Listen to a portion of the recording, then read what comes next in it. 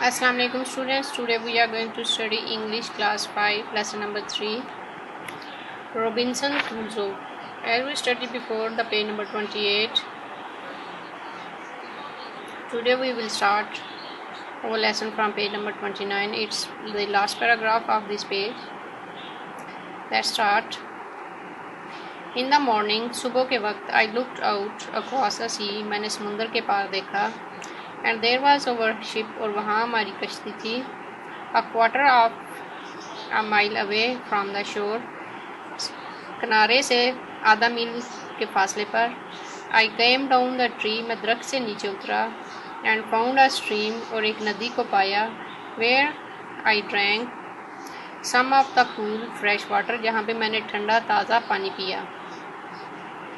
I lay down. मैं late गया. And slept again और दोबारा सो गया. The sun was high. सूरज ऊंचा हो गया. In the sky आसमान में. सूरज आसमान पर ऊंचा हो गया. When I woke up. जब मैं उठा तो सूरज आसमान पर ऊंचा हुआ था. I resolved to go out to the ship. मैंने कश्ती की तरफ जाने का और उसका हल निकालने का फैसला किया. And to try and bring back some things which would be useful to me on the island. और कोशिश की और कुछ चीज़ें जो मेरे इस्तेमाल में आ सकती थी जजीरे पे, जब फ़ायदे में हो सकती थी उस जजीरे पे, उन चीज़ों को लाने की कोशिश की. I plunged into the sea. मैंने समुंदर में गोता लगाया. And made for the ship. और जहाज़ की तरफ गया. At last. आखिरकार. After a hard swim. बहुत मुश्किल तैराकी के बाद. I managed to reach it. मैं वहाँ पर पहुँच गया या वहाँ पहुँचने में कामयाब हो गया. And discovered a rope. और एक रस्सी को पाया. Hanging over the side. जो कि उसके एक तरफ लटकी हुई थी. मतलब जहाज़ के एक तरफ एक रस्सी लटकी हुई थी, उसको उसने पा लिया.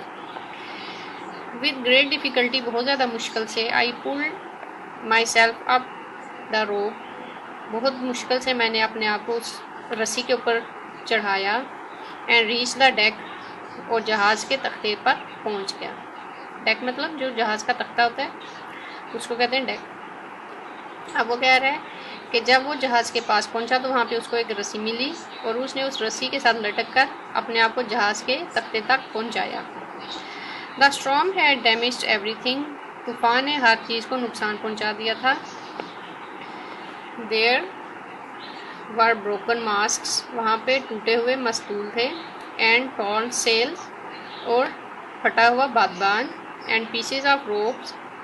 और रस्सी के पीस मतलब रस्सी के टुकड़े. All over the ship. पूरे जहाज़ में टूटे हुए मस्तूल, फटा हुआ बादबान और टूटी हुई रस्सी के पीस के टुकड़े हर जगह पे कश्ती में फैले हुए थे. I went down into the cabins. मैं कैबन्स के अंदर गया या नीचे गया कैबन्स में. And found an axe. और वहाँ एक कुल्हाड़ा पाया. On deck again. दोबारा तख्ते जहाज़ पर वापस आया. I cut the mast. मैंने मस्तूल को काटा. एंड रोप्स और रस्सियों को. I cut the mast and ropes. मैंने मस्तूल को काटा और रस्सियों को भी काटा. And made myself a small raft. और मैंने खुद ही एक छोटी सी कश्ती बना ली. राफ्ट में एक छोटे साइज़ की जो कश्ती होती है उसको राफ्ट कहते हैं. I manage to get this raft into the sea. और मैं इस छोटी कश्ती को समुंदर में डालने में कामयाब हो गया. And tie it to the vessel with a rope. और इसको एक रस्सी के ज़रिए बड़े जहाज़ के साथ बांध दिया. I found some of the seaman's boxes. मैंने वहाँ पे समुंदर में रहने वाले जो लोग थे उनके बॉक्सेस को, डब्बों को देखा. ऑन बोर्ड के ऊपर. वहाँ मैंने बोर्ड के ऊपर समुंदर में जो रहने वाले लोग थे उनके डब्बों को देखा. And field them with stores. और उनको भर लिया. स्टोर्स उसको भर लिया, उन डब्बों को भर लिया. किस चीज़ से भर लिया उसने? Bread, rice and cheese. रोटी, चावल और चीज़, पनीर से भर लिया उन डब्बों को. ठीक है. अब वो कह रहा है कि उसने बोर्ड के ऊपर कुछ बॉक्सेस देखे और उन बॉक्सेस को उसने ब्रेड, राइस और चीज़ से भर लिया. All these I piled on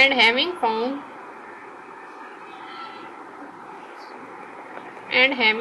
found a broken oar,